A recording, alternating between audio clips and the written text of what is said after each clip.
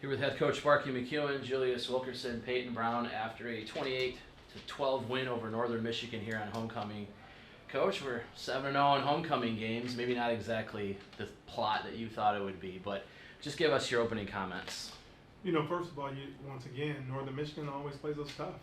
We haven't had a game where it was just one-sided, and we knew coming in, those guys had a tough loss the last week, didn't play well in Big Rapids, and we knew they were going to come in here hungry, looking to upset us on homecoming, the way that we upset Tech on their homecoming. So a lot of credit goes to them, because we had some key turnovers, that stopped us from, separating, and that credit has to go to them, not quitting and not giving up. Our defense, I felt like, played really well, except for the last drive of the game. But other than that, we had kept them out of the end zone until the very last play of the game. And, offensively, at the end of the day, we have 466 yards. Yeah. It's a lot of yards. The unfortunate part is, we talk about, having that hunger just to score and different things like that. And we had some key turnovers, down there where we didn't take advantage of those opportunities, and it bit us, So, but once again, that credit has to go to them for making us turn, the ball over. So, other than that, it's a win. We moved to 5-0. We're excited about that, and I don't think we had any significant injuries or anything like that. And just to get ready for next week, next opponent. Peyton, for you, 5 catches, 136 yards, and 1 touchdown. You also had 92 yards after the catch. So, 67-yard touchdown pass to start there. Early second quarter, you guys are around 3-0. After the first quarter. So, what was kind of the message in that huddle? I know Coach had said you guys had moved the ball, but you hadn't found the end zone.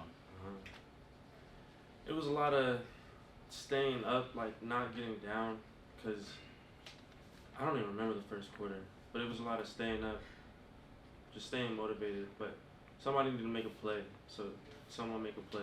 That's basically what it was.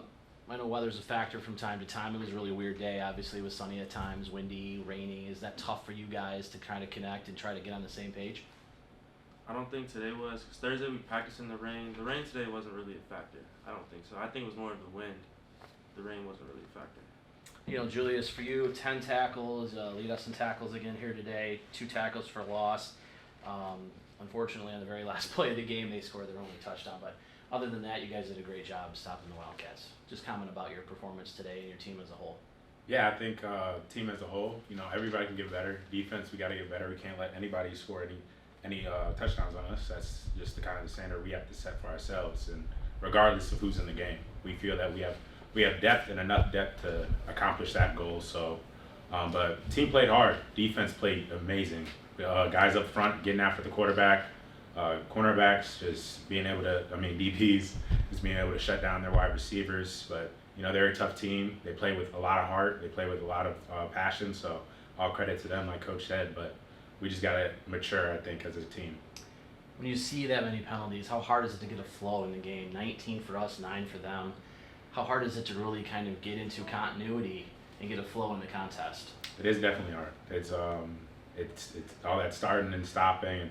It's hard. It's something that we have to work on. Something as a leader I have to instill in the team as well. So take some of that blame.